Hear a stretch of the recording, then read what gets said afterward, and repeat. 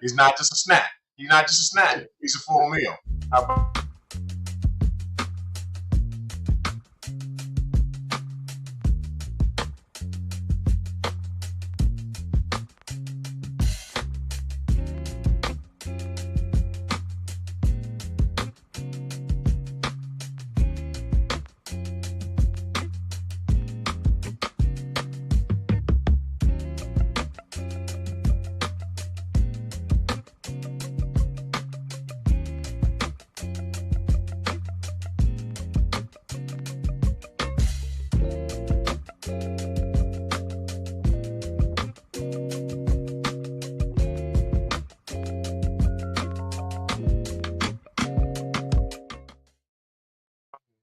All right.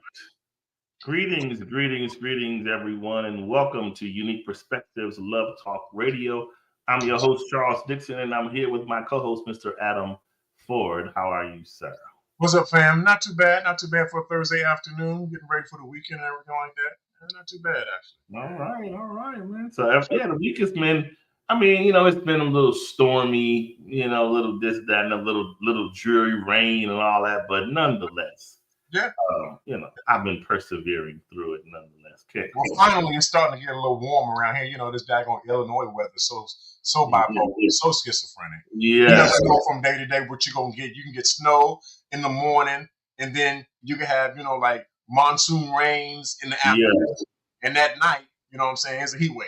What we doing? What we doing, Illinois? It'll get crazy real quick. Crazy. You know what I'm saying? Yeah, man, that's been in terms of, the week of news. It's a lot happening. You got them. They're just finally starting a little bit of the Diddy trial, right? Oh, yeah. They starting that. Yeah, starting that. They're, I will say this really quickly.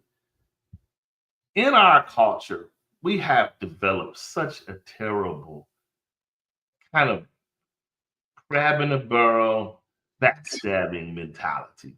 And I only say that to say this. Now, I'm going to say this really gently, so I don't want anybody to think anything.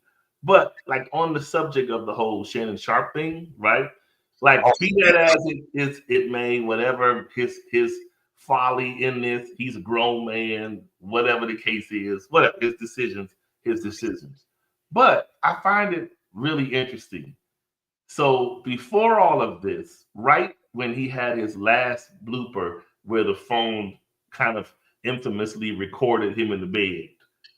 Right when that happened, the minute that happened, the next day or two, he came out with the commercial. Oh, men, if you're having trouble down there, Rose Sparks.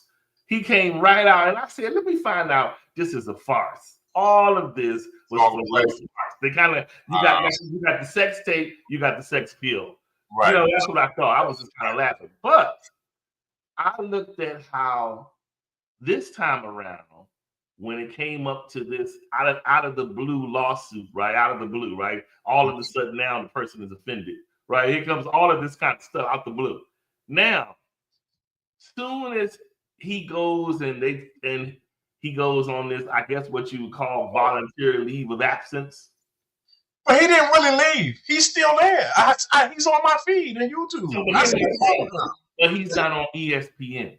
Oh. Whatever he's doing, he got his own podcast and stuff, or whatever. Right. But I guess so. It's almost like saying, "Feel free to take the Underground Railroad, but you won't be up here in the sky. Right. You'll be on the Underground Railroad, the chilling circuit, so to speak." But anyway, I thought what was so unique, what was so ironic, was even though it's another show altogether than what Shannon's show is. But I don't know if you've ever heard of the show $1 Million Worth of Game. I heard that. Yeah. So it has Gilly the Kid and his brother. Yeah. Ironically, Shannon goes down, so to speak, and the brother is now Rose Sparks. And I said, oh, I see what's going on here. This is an old bait and switch. So it's so manipulative, and webs we weave behind these things, because how do these things just happen? How does one person go down that quick and the next day you advertise it. How does this happen? So it's just, it's kind of crazy, but it's all about that. It's all about them dollars. It's all about them. Yeah, it's really, but it's such a crab in the barrel mentality that it's not good. It ain't possible. And then look, and then lastly, now our boy cruising on, look, Smokey Robinson. Now they're getting Smokey. Smokey, he might as well quit. He can't show his pretty eyes no more. Put on some shades, Smokey, because they're ready to take you.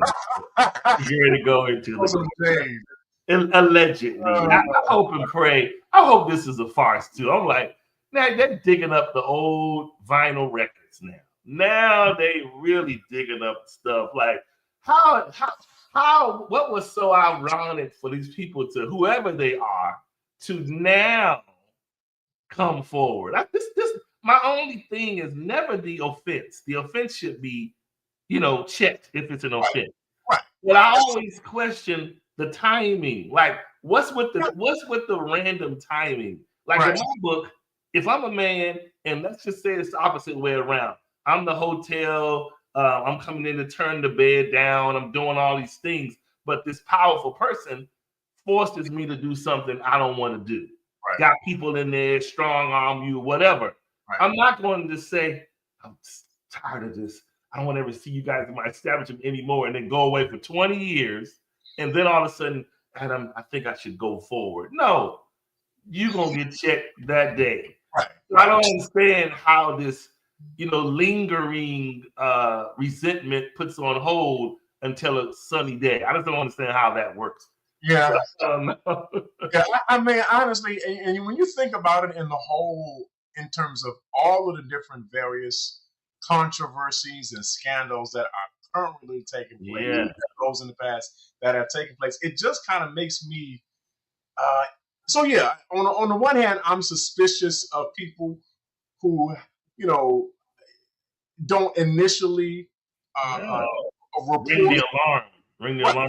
They don't initially go to the police. They don't initially file a report. They wait for a period of time, and then I guess I don't know. Some of them are afraid of reprisals and somebody coming at them because of the fact that they're filing. So here's the thing, though, y'all, and I said this before, and I'm going to say it again. I'm going to continue to say this. I think often what happens is because we get to a certain place of success, a certain place of notoriety, we kind of forget that we are human beings and that we put ourselves in compromising situations that we should know better not to be in. And if we did not put ourselves in these compromising situations in the first place, then we would not have to worry about somebody coming up out of the closet to either accuse, whether it be true or lie, about something that we did or did not do. If I'm in the place where I'm supposed to be when I'm supposed to be there, then I don't have to worry about such and such coming out the woodwork to accuse me of something that I may or may not have done. I'm not going to put myself in that position. But see, this all goes to the fact of understanding, first of all, that I'm not going to do any and everything. I might have it's okay for me to do it. Yeah, there's no law supposedly that I can't do this. But what is my character saying about me that I find myself in a particular situation that is compromising? And that's why I'm trying to put this thing at. I know the reality is that, if you are of a certain character, you don't put yourself in compromising positions. Well, I'll say it like this, John. I mean, Charles. Call you John. He said it like this. He said, "Don't let your good," and this is one of your quotes, Charles. "Don't let your good be evil spoken of." Yeah. Basically saying, if it looks like it's wrong, it's probably wrong. So why do it? Why put yourself in a position where you are vulnerable and now you are susceptible to being taken down? Don't put yourself there. So I'll be the devil's advocate, right? Okay. Do you hear the feedback? Just a little bit, but go ahead. You Hold on. Yeah, so I look at it like this. We want to say never, but you can never say never. I'm gonna tell you why.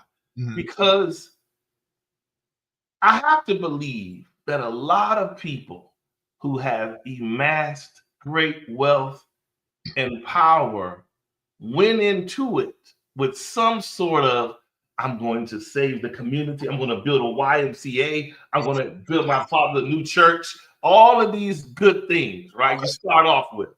But the more you climb the ladder, the more everyone, it's like being in an airplane when you're taking a trip and looking down, and you looking down at everybody, and you feel like they're the wind beneath your wings. Okay. And so because of this, you feel as though you have a little power. And so when you have a little power, you have a little resources. That kind of deafens people that have it. And they become numb to reality. That's why we say when we go places, man, that was arrogant. That person, who they think they are, privileged and this, that, and the other. Because in their mind, they're acting out who they are. We just are on the sideline saying the nerve of you, but they're thinking this is normal. So when people get to certain levels, for every person that does something offensive or something that they'll live to regret years later, there is a slew of the opposite sex that runs up to them enough and offers it. Okay. To the point where they look at people as disposable. Okay. They feel like my money can buy your silence. My money can get you to turn the other way. And I think I think integrity is a very tough competitor to wrestle with. You know, you can have the best of intentions, but when it's time to operate in integrity, it can get challenging. I mean, man, even at my pseudo rich dreams of life, you know, nowhere near those people, right? Nothing like that. But just in my own experiences, Adam, on tonight, there have been many times where I felt I was tempted 40 days and 40 nights. And some of those nights I, for the most part, lost. But anyway, all I am saying is you can start with the best intentions, and you can not mean to hurt or to harm or to any of those things. But sometimes until you get that resilience and that reserve and that restraint and self-respect in check, you will find yourself on the losing battle of some of these things where you live to regret years later. And I'm not excusing anything they're doing. It's, like I said, it's just like, I remember somebody told me something years ago, and we were talking about something, and the person just says, listen, everybody eventually pays. I never forgot it. But she was saying at that time that it doesn't matter what the person thinks they got away with today, tomorrow, what wasn't seen, what wasn't heard, what wasn't caught. Eventually, everybody pays for the deeds, right? And so in these cases, we're seeing these deeds getting paid for, right? They coming on out the woodworks and from all over the place. And you're like, man, I mean, that took me for a loop when I saw this Smokey thing. I was like, man. And this is the thing. And I'm not trying to turn this into daggone Sunday school, but I gotta say this, man. And here's the thing, though, Charles. There's nothing new under the sun. This has been going on as long as we've been on the planet. You know what I'm saying? But I'm gonna pull out a Bible narrative, and I'm just going to show you that if you're not careful, if you're not checking yourself on a regular basis, you will get checked. Y'all all remember the story of David and Bathsheba, right? Yeah. So the Bible says that basically David, instead of going to war with the rest of the kings in that region, David is at home in Jerusalem on his balcony. Yeah. And he spies over his balcony Bathsheba out there taking a bath and taking care of herself naked. But here's the issue with this problem. David is not in the place where he's supposed to be. Yeah. And so now when he is in a position of compromise, instead of him being able to resist the temptation that is Bathsheba, he ends up playing into it. Why does he play into it? Because his character is not in check. Yeah. This is all that I'm saying. All of us are going to be. We will be if we haven't at this point in time lived long enough. And I guarantee you, you will find yourself in a possibly compromising situation. For sure. Here's the thing, though. Even though the situation might be compromising, my character is the thing that helps me to get out of a compromising situation. I got to check me first. If I know I have a weakness for certain things, if I know that I'm liable to act a certain way, if I have a certain predilection towards something, then I need to make sure that I'm not in that. But if I find myself in that, then I have to have enough character and integrity to say, no, I'm not willing to sacrifice today for some pleasure that's only going to last for a moment. So would you say that's something that's instilled or taught? Most people just don't wake up with the fortitude of character and integrity. It's something that's taught into you or sown into you. The problem is many of us, I'm just speaking for men, many of us just end up evolving. Like, think about a lot of the stories of a lot of the stars or whomever. It's not like they said, yeah, I was trained for 20 years under my father in integrity camp, and now I'm here in the NFL. No, you find them wherever they found wherever they are, the hood, the school, wherever they get caught at, they come and they're discovered and launched into fame. And then we are here to witness their public shame in times, right? Things that they're living their life out loud. So I'm saying that to say, and I'm gonna jump off of this, is when we talked about so there is a significance as you bring up the Bible. I just want to make it Bible study. Anyway. Have a good time, everybody. No, I'm kidding.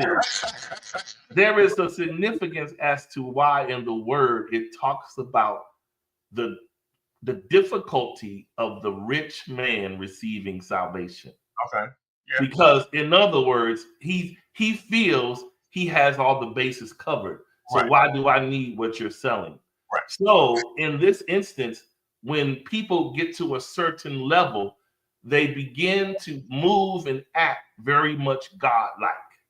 Yeah. And they feel like, in other words, I'm untouchable. I have a circle. I have a nest of money. I got some power. I got some goons if I need them. Wow. What else do I need? I got women and men for days. So what is it? So that's the God-like mentality. So people are feeling this way. And now so what happens is the real God shows you who is the God, right? He's going to expose he's going to, in his attempt to make the crooked ways straight on tonight, he has to expose us sometimes. Ask me how I know. Anyway, so yes. How you know? I've had my crooked ways exposed several times. But anyway, on that note, let's dig into today's topic. So the reason I thought about this topic, because just seeing perusing and seeing people, how everyone is showing up and acting and have been, this is not nothing new under the sun, but been acting. But I think the whole quest for happy, and I'm not gonna say happiness, I'm saying happy, that initial feeling is because nowadays it's almost like once upon a time we had a relational attrition. We started to get to know the person. We were moving through different phases. Oh, I like you a whole lot. I'm really liking you. This is great. Blah, blah, blah, right? Till you kind of move to wherever you're going. Right. Nowadays, the chase starts with, I want to be happy, and it better remain, I am happy. And if it's not, we got problems, right? That's kind of like, between social media, pretty much putting the pressure on couples to be and present themselves like love goals and all these things, and you got this going and y'all are great. And now we hear more of the terms when you hear people talking, or let's just say when a couple is presenting themselves, we hear, do you think they're happy? Or well, so-and-so said they have been happy for a long time. And I always go to myself, I think, well, when it comes to the vows at the altar, Adam, that I'm sure you have been familiar with on today. I was going to ask you how you know, but anyway, go ahead. That's right. I'm married in the spirit. So anyway, so when you hear these vows, Adam, it says in sickness and in health, right? Better or for worse. When I hear that, I hear seasons. I don't just hear one attribute. I hear seasons, peaks, valleys, hills, whatever. So for me, whenever I hear someone constantly talking about being happy, I always say, how did we skip over contentment? Like, because content says, yes, yes, we had a wonderful time when we went out of the country on that vacation and when we had fun with the whole family, right? Mm-hmm. But last year, unfortunately, we lost family member X and things were a little rough, right? But I still love who I chose to live my life with. Okay. Right? It doesn't mean because we are going into a rocky season, something is not as positive, something is not as attractive that I'm now unhappy, right? It's just seasons. And so the reason I came up with this whole, I know people probably were like, what do you mean by crackhead? I'm going to make a point. I brought up the crack epidemic for a reason. Because if you think about it, crack was introduced to the world. We didn't just wake up and see, like, at least back in the day, people kind of discovered marijuana because it was like grass and trees, right? They discovered marijuana. Crack was doctored and presented. So I'm saying that to say, much like in the relationship realm, dating realm, happy crack is presented. And what I mean by happy crack is this. Most of us we haven't thought this one question. The people that we chose to be with, we chose to get married to, we initially presented them with something. So did you present them with the extra you or the basic you? So if you present them with the extra you, that means, here's an example of extra. Here's a guy, he's meeting this woman. You know what? Hey, listen, I can't stop thinking about you. I know we met yesterday, but Saturday I got us tickets to go to Paris. And when we're going to be gone for 7 days, you got your passport? And the girl going to be like, oh my God, we going to Paris. Right? So you're going to Paris for 7 days. And look, then he's going to come back and hit you with this. And when we come back, my mother has her 85th birthday party. It's going to be in Houston, and I'm flying you over there, and we going there too. Oh, I'm meeting your family. Hey, I'm that serious about you. We're going to go. You got that part. Then, hey, I can't take you without that. Hey, I need you. Look, I got these Dolce & Gabbana shoes, and I got you this Goyard bag to go with all of that. Oh my God, this is too much. Now you have introduced the extra version of you. Not that the real you is not a great person, right? But you have presented an extra version, crack-like version of yourself that's very addictive and high chasing. So now you're giving a person this high version of you. And so what happens is when you present yourself as extra, people are looking to marry or go to the next level with the extra person, because that's what you sold them, right? Now, that's why I said there's a difference as to knowing the version you sold your partner. Did you sell them the extra, or did you sell them the basic?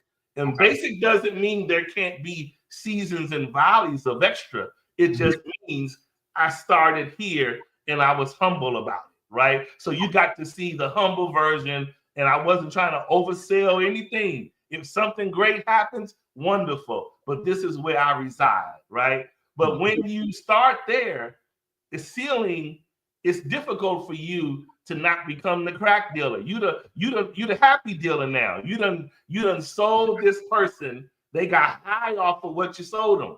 And now they coming around here. It's like, you got some that. Here's the funny part. It's not funny, but it's real talk.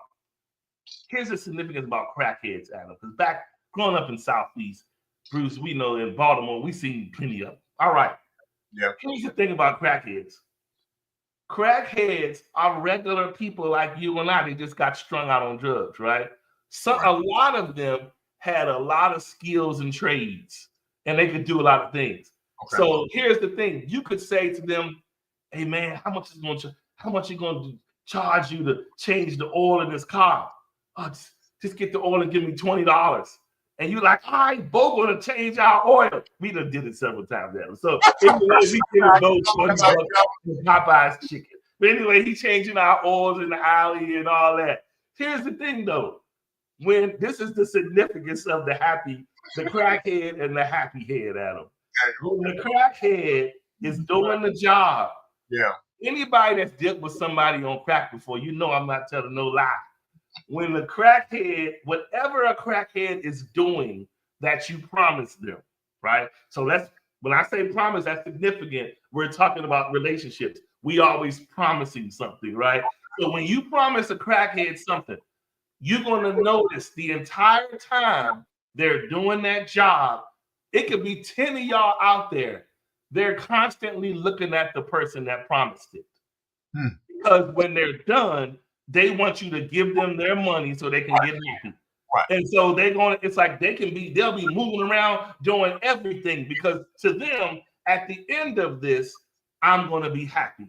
Yeah. Right. So I'm going to be happy. So they're going around doing all this stuff and they'll do whatever you do. And then as soon as they're done, they're even going to look at you go in your pocket. Right. That deep, they're going to watch you go in your pocket, come out, and they go and look. Immediately after you give it to them, they're gone. So I'm saying that to say, in the love realm that we live in today, people, when you are a person that's used to being hooked on the extra, the crack-like experience for happy, now you begin to be a person that's loving, dating, and even being married, constantly looking for a spark. Wow. You need to be sparked in order to exist. Wow. So if you think about sparking, let's think about the battery. In a car, people say, I need a jump. Right? I need a jump. So that's what we're saying in real time to ourselves. I need a jump. Come jump me because I'm bored. I want to be happy. Wow. So even when you get a jump, now here's the key to this. Someone can come along, a new person, and say, I got them cables. And the person gonna say, you got that happy head, right? You got that happy. Now the person staring at you, what you got. So you put the cables on, you jump them. Now they happy. But the kicker is this: the happy only lasts for as long as that charge holds. Okay. When a charge breaks, guess what? Like many of us have in the past, you get a jump. If you don't address the root problem of replacing the battery or the alternator, it's going to continue. So in this case, replacing the battery or the alternator is fixing you. Make sure you're happy with yourself, right? Because if you're not happy with yourself initially, you're constantly looking for a jump, right? Somebody, a spark, and I feel like the reason this is such a serious topic because this is mental health. This is like a focus on mental health kind of month. But the key is this: a lot of people are losing their lives, committing suicide, all because of the stresses of trying to make another person happy and keep them happy.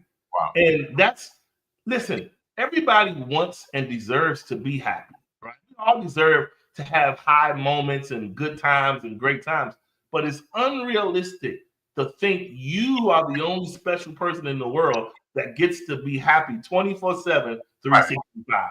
That's not realistic.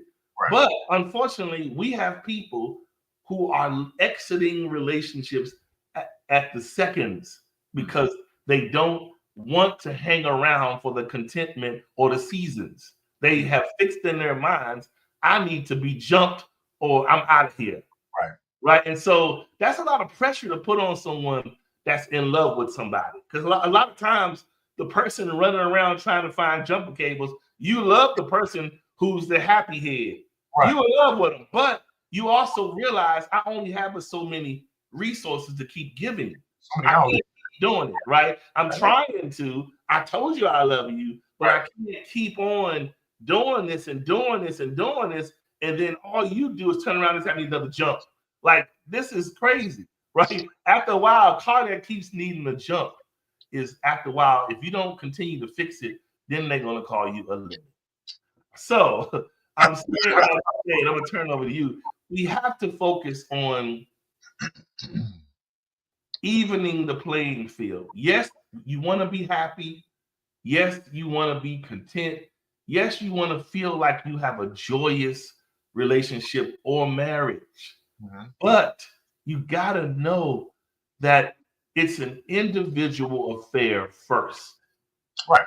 It's hard. It's a lot of responsibility to ask of someone to fix all of these things broken in your life, a level set on all your low points and depression valleys, and make me happy while you yourself are trying to manage your own self. Right. That's a lot, but we don't look at it that way. We're so selfish, self-absorbed. We just feel like if I showed up in your life, you have a responsibility to entertain me by giving me constant jumps and shots. I need it. Some of us are talking about it physically. They need it. Anyway, nonetheless, it's too much stress. But anyway, go ahead. I'll turn it over to you. Man, that's a lot, Joe. I got a whole lot of notes here, bro. So here's the thing, though, right? And I think we might have talked about this in previous shows, but we definitely want to make it a point to say it again. And that is the fact that, so my job is my job is not to make you happy. Your happiness has to be as a result of the work that you have done on you. And I'll even put a final point on that. Your happiness has to be as a result of your satisfaction with yourself.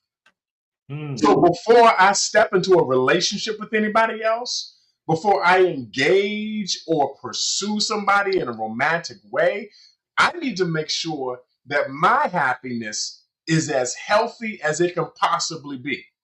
You see what I'm saying? Because happiness has degrees, right? It has degrees in terms of how it is. Now, I don't want to really make this completely basic and pedestrian, but okay, so part of the definition of being happy is based on happenings. We've heard this before, happenings that happen around us externally.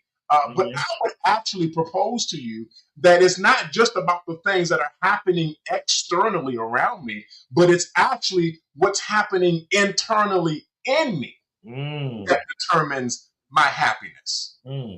And so when we really begin to wrestle and begin to understand what real happiness is, we begin to realize that it's not about what somebody else is doing for me, but rather it's already what I've done for myself that makes me happy. Now, I think I have said on occasion that that is not just about happiness, but it's also about joy.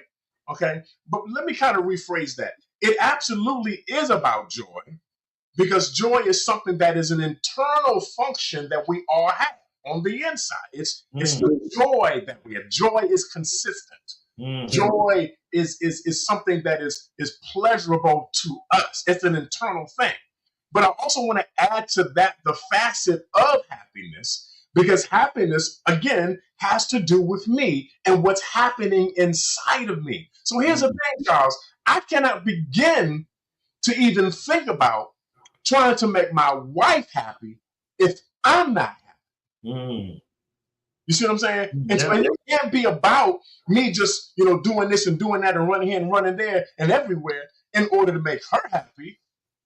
I have to make sure that my happiness is as healthy as it can be. And when it is healthy, then it becomes, her happiness is a byproduct of my own happiness. You see what I'm saying? So I have not made her happiness the focus. Now, don't get me wrong. I do want to make sure that my wife is happy. I do want to make sure that she has joy. I do want to make sure that she has satisfaction, but it ain't the end all be all of our relationship. Because here's the thing, our relationship is not founded on happiness. Let's be real about this. Because if our relationship is founded on happiness, and then we run into rough times where none of us are happy, then what happens to the relationship? The relationship evaporates. It evaporates because it's founded on something that is unstable. Because let's be honest, happiness, we don't always feel happy all the time. Right. Because if you do feel happy all the time, you might want to get a counselor. Or you might be high. You might be high. You might be high. You might be on drugs. To be happy all the time is not what we're supposed to be. We're not supposed to be happy all the time. Otherwise, how do you know that you are happy? If you've never cried a tear, if you've never cried a tear, if you've never experienced any pain, any anguish, any disappointment, any frustration in your life, how do you know what happiness actually is? So you need a contrast in your life to be able to help you to understand when you're happy and when you're sad. Yeah. Just like it's not healthy to always be sad all the time. You need a balance between the two. You need balance between happiness and sadness. Yeah. You need that. You need tears just as much as you need laughter. Yeah. These are the things that make us human. These are the things that help us to grow and become mature men and women in the society on today. Yeah. And so you need both of those two, okay? And so here's the thing. And I was saying this to Charles before we started the show. So the reality is that when I'm in a relationship with someone, I'm in a marriage with my wife, the reality is that it's not going to always be happy times. Okay. Now, I've heard it said that if you have never had an argument or disagreement or difference of opinion with your significant other, then you're probably not in a real relationship with them. I'm just saying, because I have found that being in this marriage, we aren't always happy-go-lucky all the time. Now, God has graced us and blessed us where we don't have a whole lot of arguments, but the fact of the matter is we do have arguments. They don't happen often. Yeah. They don't happen regularly, but they do happen. Okay? Which means there is a moment in our relationship where we're not on the peak. We're not on the mountaintop. We're in the valley. We're probably under the valley. we are below sea level in the valley. Okay? But that just goes to show that in our relationship, there are peaks, which are happiness, and there are valleys, which is the low part of the relationship. But you have to be able to be, you have to be, as Paul said, you have to learn how to be content. You have to learn how to be content in all of these variations and vicissitudinous situations. You have to be able to be good when you're up, but just as good when you're down in your relationship. This will keep you from becoming that codependent person who's looking for somebody else to make them happy on today. Man, that's good. So listen, when you were talking, I thought about this is what everybody who's chasing happiness need to consider. You got to say to yourself, the goal is to bring happiness to someone else, right? And that person, in turn, is doing the same. So there should be a happy collision. Now, this happiness won't sustain all the time, but you start off at a good spot. So think about, so we keep talking about the Bible. Okay, think about when we talk about when it's Christmas time, and we talk about you know how they have the manger scenes outside and all that. So the significance is this: remember the three wise men. Mm-hmm. They aspire to say, "Let's go see this child and let's bring happiness." So they were bringing gifts. But their thought was, with these gifts will inspire happiness to the person receiving it. Right. So in the relational realm, we have to look at it like, yes, I want this. Yes, I want to be in a good relationship. Yes, I want to be happy. But what am I bringing? So if I had to envision myself as a gift, Right. am I bringing good content? Am I bringing something that's going to stir up the pot in such a way that it will put a smile on the person's face? Now, they may not stay happy all every day, but it's a way to say, man, I'm inspired. I love the energy that this person brings. Yeah. And so I think we have forgotten those steps, and we just look at happy as an address we want to live at. And we just simply say, I'm packing my bags. Where you going at? Over to happy. I'll be over there if you need me. But you going as is. You're not even happy. Right. Nobody wants what's in your bag. Right. Your suitcase stinks. It has leftover contents in there from the last 3 engagements that you haven't even opened up to look at. Right. But so when you notice how when you see these detective shows and all of a sudden they'll be like, hey, you might want to come over here and look at this. And all of a sudden somebody said, oh, and they walk away because there's dead bodies. Yeah. That's how some of our suitcases smell. Wow. We want the person that we love to say, hey, look, this is where I was dealing with this person before. I'm going to say, but no, seriously, some of us have some stinking baggage, right? Some real stinking baggage. And so at the end of the day, you got to say, if you're bringing yourself as a gift, are you in condition to be gifted? And if not, and everyone is a gift, but the key is, are you in position to be gifted? And if you are not, it's your job to do that work. No, we're not going to be perfect ever, but we do know, all of us know that we possess some jagged edges. Yeah. So it's no different when we start to snagging ourselves with our clothes, or if you're in the bed with your partner and you're afraid to get close because you don't want your hangnails to scratch them. Right. That's a sign to say, these ways and personality characteristics that I have, I need to file them. They're too rough. Yeah, they're too jagged. They're going to damage someone else. Right. I can't just show up wanting to be happy and thinking I just need to be happy, but I'm not doing anything to add to this. You know what I mean? Yeah. So I want to kind of jump back to something that you said earlier in your earlier monologue, and it was the question of, did you present them with your extra you or your basic you? So here's the thing, though, right? And I was even thinking about it in regards to my relationship with my wife. She's on her way. She's on her way. Right? So, and I started thinking about it. I was like, well, how did I do that? Was it the extra me, or was it the basic me? Honestly, I want to say, and I'm sure this will probably lead into some other things. I want to say that initially it was, well, I guess it kind of was more of the basic me. I didn't do anything flashy. Okay, so our initial first date, our initial first meeting was at Panera. It's not a flashy place to go to show off or to be impressive with anybody. It was just a basic place to meet, and I didn't dress up in a suit.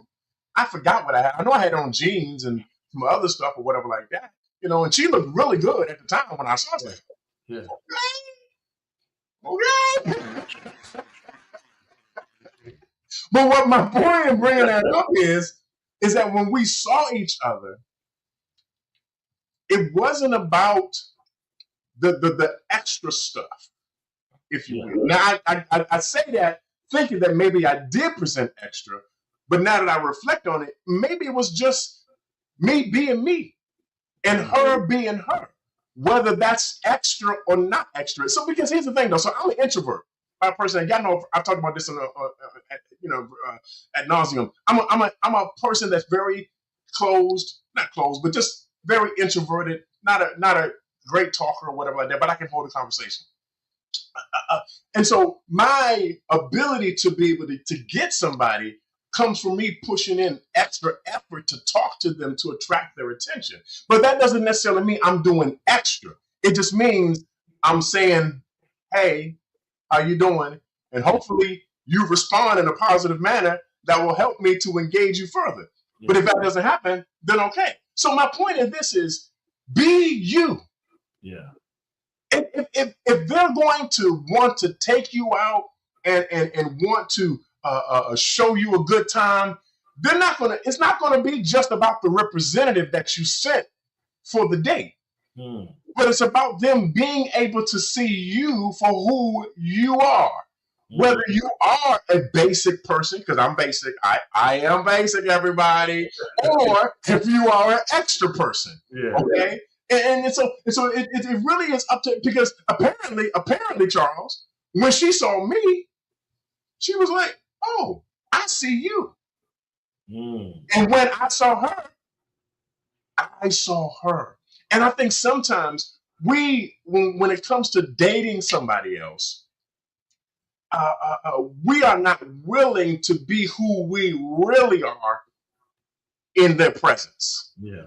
We want to put on a front. Now, again, I understand, particularly if it's just the first meeting. Yes, put your best foot forward. Yeah. Don't come in there with a dang on shower cap on your head, and you got curls in your hair, and you came with your house coat on. Anybody know what a house coat is? Yeah. Don't come with your bathrobe on today. Put some actually clothes on, take a shower, brush your teeth, get your hair done, present your best foot forward. But at the same time, be the authentic you that you already are. If you are the authentic you that you already are, then happiness will come organically. It won't be something that's manufactured. It won't be something that you have to make up. Our happiness won't be predicated upon something that is artificially stimulated. It'll be something that is genuine and real. So when we have a conversation, you're not having a conversation to impress me, but we're having a conversation to find out about one another. That's what I'm trying to get us to understand. So be who you are. Yeah. Be you. That's where real happiness comes from, because when I'm with her, I'm me. I'm not sitting there putting on fronts. I'm not sitting there rolling around with a collar on and some daggone vestments and with a pulpit or whatever like that. I'm just trying to be me. Yeah, I mean the best feelings of happiness come from when everyone's hair is let down. Yeah, it's like but even though it's all let down, the person is without judgment and they accept you for who you are. Right. The problem with extra, and if we're just being honest, sometimes I think we take the road of extra because extra is almost like being the prize fighter that comes out swinging real fast because you're calling yourself trying to get a first round knockout. Right. He got so you come out trying frazzle instead of sticking to your lengthy game plan of going the long haul. You come out trying to do everything in the first 2 rounds, right? So the thing is, the problem is with being extra. Extra comes at a cost. You have to maintain extra. So if you bring a person into this extra, I guess what you would call mirage in the desert. Okay. It's a mirage because it's not entirely always true. Right. It may last for a little while, but it may not be the whole sustainable thing. Right. So you have to constantly recreate that first high for that person because they met you this way. You baptized them into your love system that way. So that's what they're expecting. Right. So it's not that they can't ever shift and change, but it's a little harder. The higher you start, the harder it is to adjust people into different realities, right? And so you got to think about it like that and just say, listen, it's not to say you can't do some grandiose things and things like that, but still be true to who you are. Right. And say to yourself, the best way to invite love in is to invite it into not only a clean house, but a house that's humble.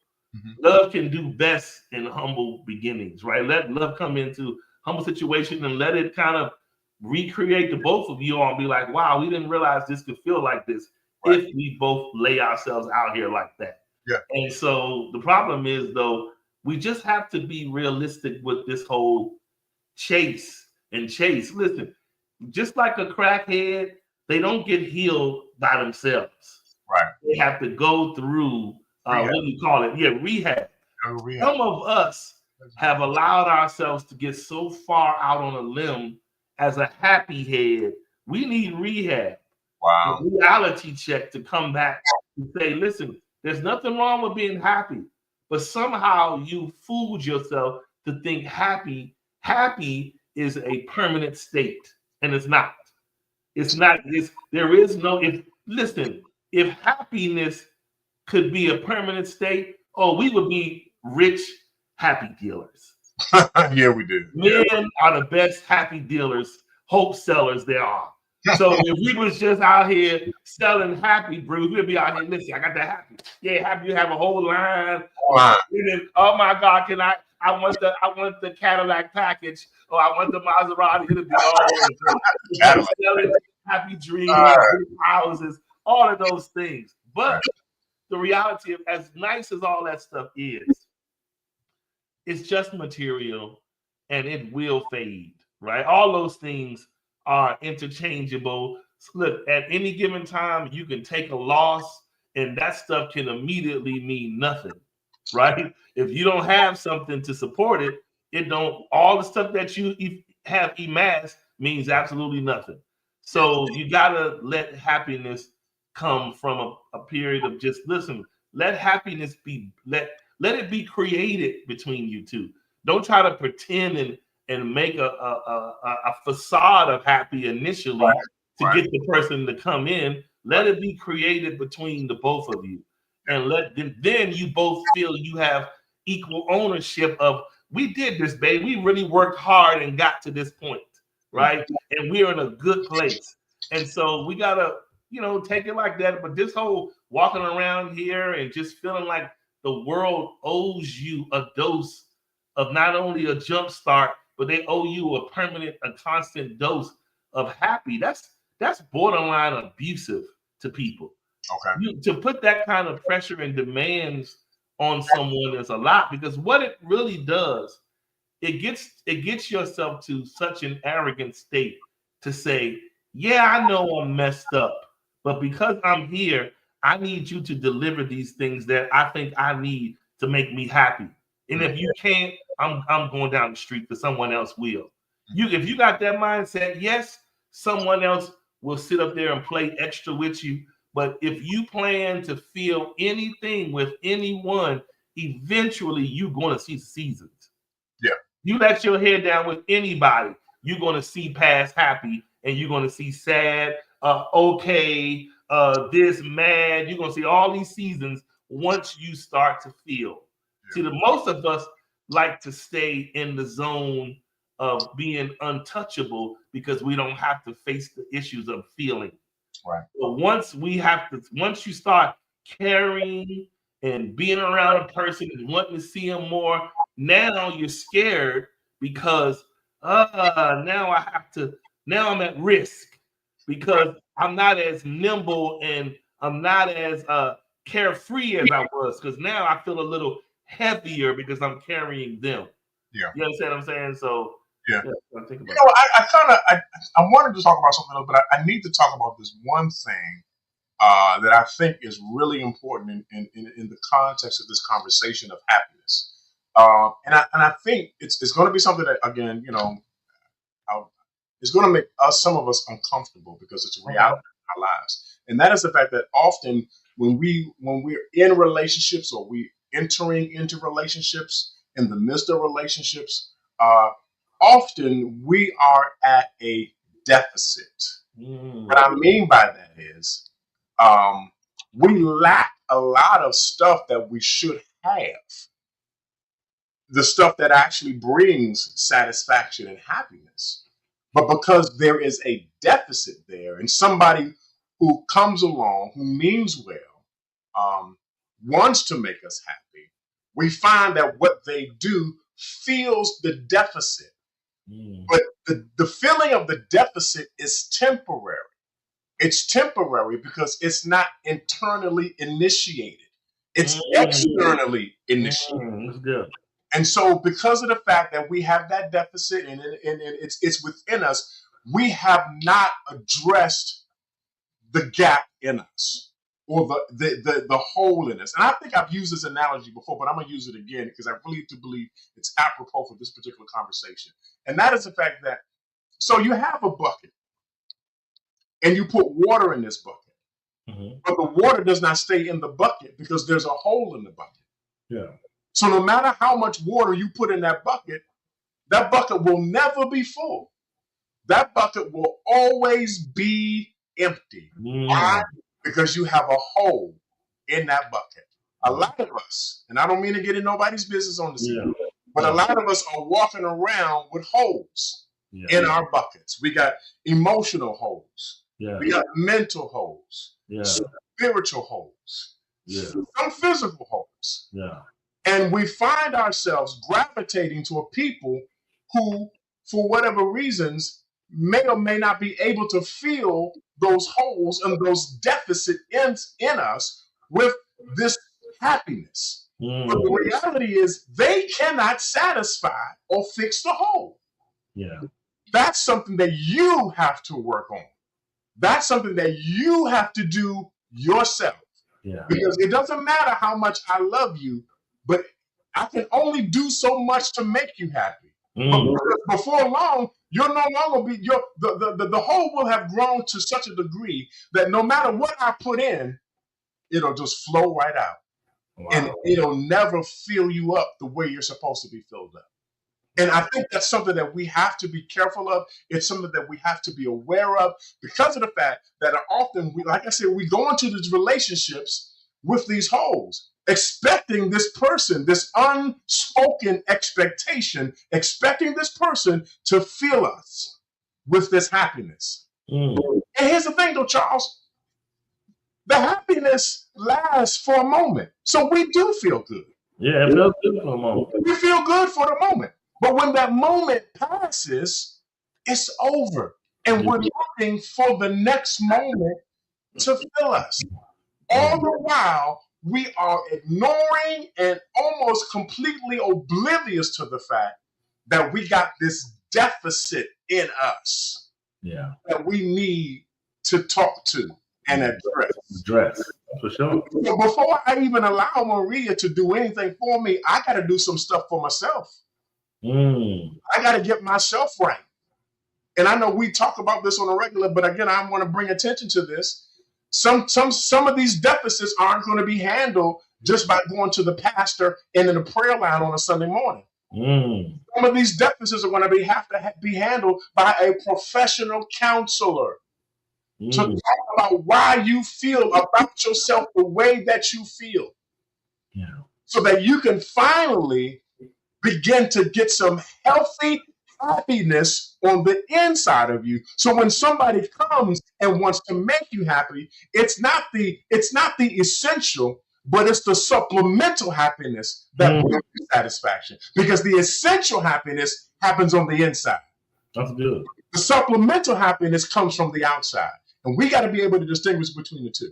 Yeah. So, and this is also a community thing. And I can't speak for the rest of the world, but I know in our community, it's kind of pushed to it's like in our community, like think about it, when we're younger, let's just say if your aunts, your grandma, and them around and they see you doing something, or even if you got yourself in a little bit of trouble of any type, the first thing they're going to say, you need to go on and get you a good woman, not go get healed. Right. Go find a woman. Go find a woman. So, or vice versa. A man will tell his daughter, you know, I know you got these problems, but before I leave here, I want to see my daughter married, not see her healed, right, and not see her whole, but with someone. And so we are quick to push people in places that we know they're not equipped for. Right. And so we've been taught to kind of feel like it's like we're taught to get to you and put the pressure on you because I was taught that you are the answer to what's wrong with me. Wow. And so we put the pressure on people to feel like I need you to make me happy, keep me happy, and do all these things because now that I'm with you, this is your responsibility. Right. I shouldn't be unhappy and miserable if I have you. Right. And that's the wrong approach. And so the approach should be, if we were more healthier, is that no, you don't go over there and messing up that poor woman or man's life. You're not ready yet. Work Right. on you and fix this part and then do this. But right now you're being selfish, trying to pretend that you can take the relationship to that level, and you know you're not ready for it. Yeah. So those are kind of conversations we need to be having, other than saying, yeah, get with them, they'll change your life. Or what difference does it make how good his or her benefits are and all what kind of job and money they make if internally we are a mess? We're not bringing the right ingredients to that person anyway. So what difference does it make? You know? Yeah, man. So we got to know the things that are on the inside of us that are causing these issues before we invite anybody else in. You know what I'm saying? And I think a lot of times we mess up potentially good relationships because we have this lack. And I want to just jump on what Marlena said. She says that deficits are why some people are never happy and satisfied. Yeah. And it's so true. You have some of these people, show up wanting somebody else to make them happy. Yeah. Boo boo, I love you, but it's not my job to make you happy. You'll get into an argument with that. Listen, that won't go over well at all. I know. But it's not my job to make you happy. Yeah, well, people will argue down and say, well, what are you? Here's the conversation. What will come back to that is, well, what you here for? I'm here to love you. Okay, but they're going to say, well, I should feel it then. There's a difference between making somebody happy and loving somebody. Because if I love you, here's the thing, though, Charles. If I love you, I will realize there's a deficit and realize there's only but so much I can do. You are going to be able to be the one to address what the issue actually is. Wow. It's funny how sometimes we don't want to face what the reality of who we are is. Yeah. Yet we look in the mirror every day before we go off to work to make sure our hair is right, make sure our beard is straight. Yeah. But we don't check us at all. We don't check us at all. Yeah. We leave us all jacked up. You know what I'm saying? And so in order for me to really make my wife happy, I have to be happy first. Yeah. And as a byproduct of my happiness, as I said before, as a byproduct of my happiness, I can make her happy. You know what I'm saying? Yeah, and just to close off what you said some of us, we have too many holes. H-O-L-E-S, right? Holes? H-O-E. Because both of them are bad. It's not good to show up. It's good to show up with holes, pop, or holes. It's trouble. None of them is not good. Ask your boy, Uncle Shannon. Ask your boy. Show up in solitude and leave all other stuff alone. Walking around with holes and holes. Oh my! Looking for the holes to fill the hole. That's where we are, y'all. That's where we at. I don't care. Listen. ED, you know what I'm saying? Whatever your problem is, okay, that's just the surface. Get to the heart of the matter. Get to the heart of the matter, ladies and gentlemen. Really deal with what the issue is. You said, I'm about to mess up. You prowling and rolling and looking and searching and hunting for something that is not going to satisfy you. Yet you do it over and over again, expecting something to fill the gap. The reality is that gap is never going to get filled by somebody else. I'm trying to be good. That is not going to be filled by somebody else. Yeah. You all in the gym. You all up in the club. Watch this, Charles. You all up in the church trying to find somebody to fill the gap. Yeah. That's not how that gap gets filled. Nope. That's not how that gap gets filled. Man, it's a shame. And it's the thing that it even transcends our age. You got older people. You would think some of these conversations with younger, you got older people that will, we think that if this, and this, and this, I'm going on over there. You old. Right. We ain't no going nowhere else. Fix it. You got to fix it. Going and going is not solving nothing.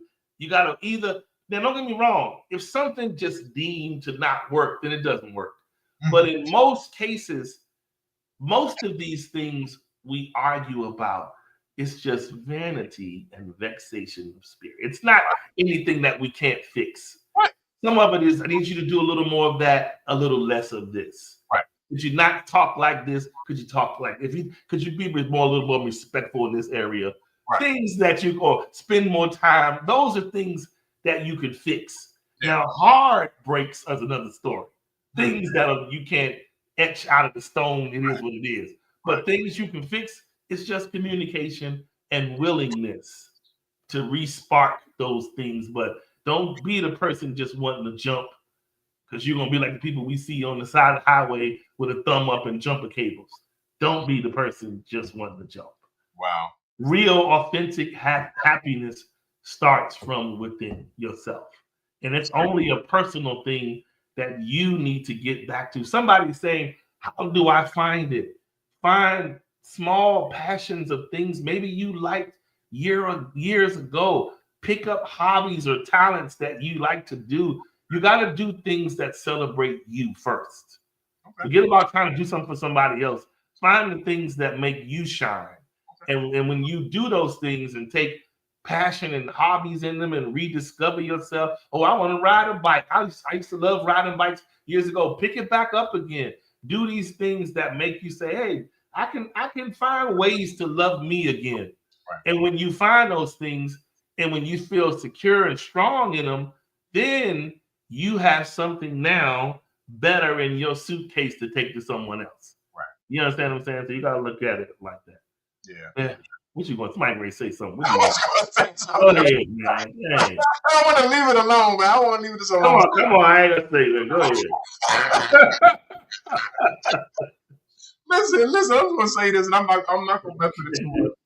And so I know you said find the things that will, make you happy.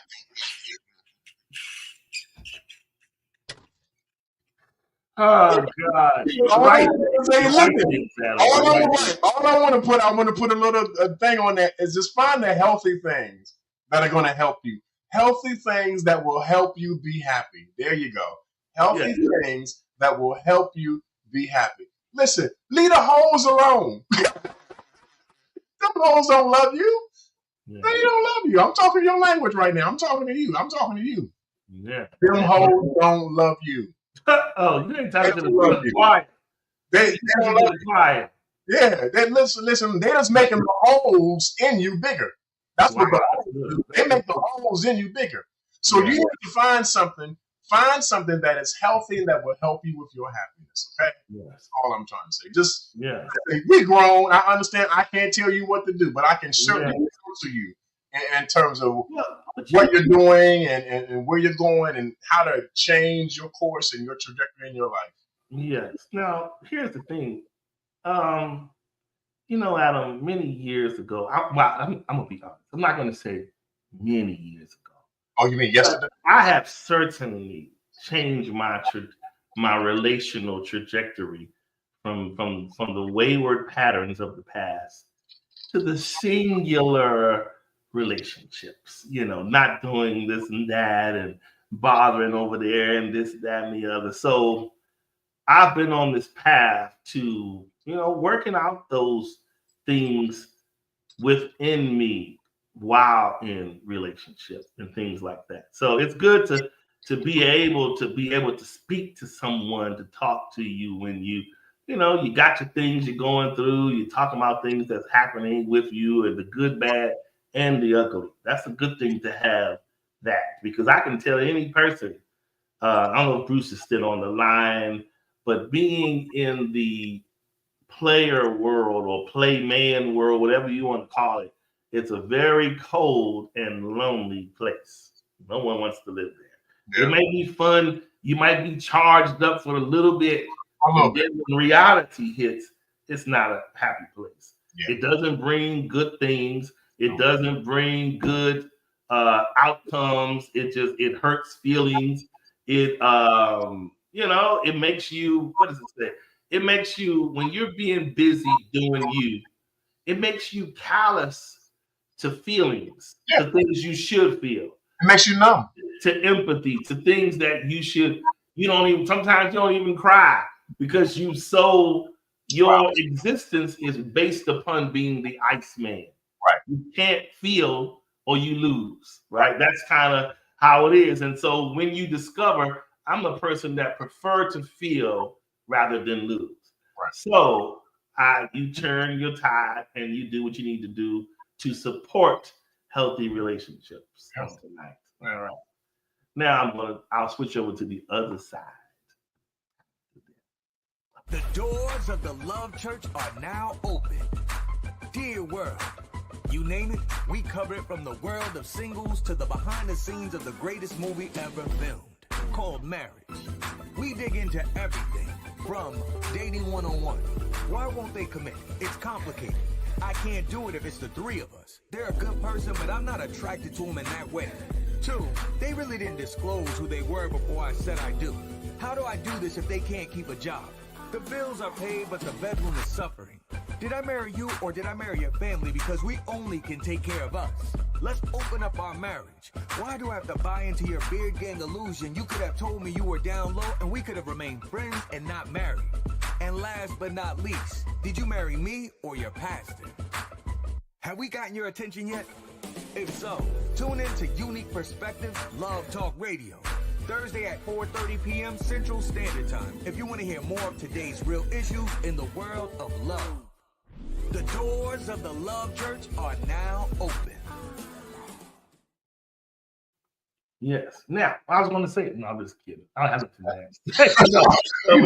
no, seriously. It's like, for real, I still feel the way I did in the beginning of the show, where I said, we have to, like, people are losing their lives. They're getting locked up in jail. People are depressed. People are contemplating some awful things simply because they don't feel resourceful enough, good enough, or they just don't, they feel like they just, they don't measure up because the person they're in love with is requiring a battery charge. They don't have enough CPUs to keep up. Okay. So with someone that's the thing about giving somebody a jump, it's only so many times you can do it in your car. In your game, you're gonna go low. Yeah. So you got to be able to make sure you can support the person that you're loving. Yeah. From a healthy perspective, not just giving them jumps and making them happy the best you can. Yeah, you can want to make them happy, but within a realistic confines. Yeah. This is who I am. This is who I am. Love me and accept me for me. This is where I'm at. I would love to do these things, and sometimes I will, and if I can, I will do that. But I'm not going to take you up in the extra attic because I can't support you up there. So let's just leave it at that and be normal. Yeah. All right. You got anything to say, sir? You done? Well, I was just going to say, I'm going to take a different approach. I'm going to say this really, really quickly. So here's the thing, though. So every now and again, the extra is okay, but the extra is not the norm. Yes. Because the extra is the extra. It's like a bonus. I know sometimes when it comes to the end of the year and when we work in these jobs, and we're all expecting a bonus. We're all expecting, but a bonus is just that. It's a bonus. Yeah. It's extra. It's not sustainable for long periods of time. Otherwise, it would be your regular. And it's dependable upon performance. That's true too. Measured by the company's performance. If they don't perform, guess what? You don't get no bonus. And if they get a little bit of money, you get a 1% bonus. Yeah. Get that, right? So you gotta look at it like that. Yeah, it's the extra. And again, I say every now and again, it's okay for the extra. Every now and again, it's okay because it breaks up the regularness or the routine of what we ordinarily do. We're doing something extra now, so it's a special occasion. It's a celebration. Yeah. But again, like I said, it's just be cool with it, man. Be cool with it, man. Yeah. All right. Well, listen, y'all. as usual, we were glad you guys hung out with us this week on Unique Perspectives Love Talk Radio, where we talked about the drug of happiness. It's something that we have to learn to cope with, because it is here and it is a drug that's sold over the counter.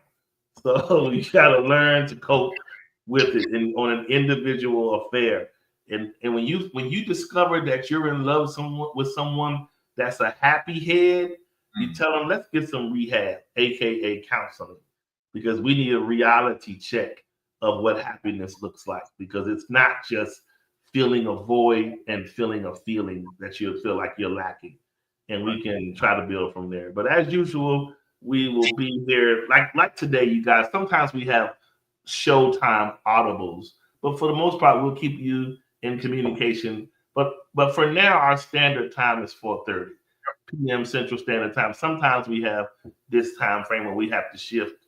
But I am a little curious as to how you guys just see this time versus 4:30. Just curious, see what you guys think. But we can take it from there and go on, and we will definitely see you guys next week. We pray that you all will be blessed and that you all will be able to return. All right. And Mr. Ford, I'll see you here shortly, sir. Yeah, man. All right, y'all. Peace. Have a good weekend. See y'all next week. Yes. Love you guys.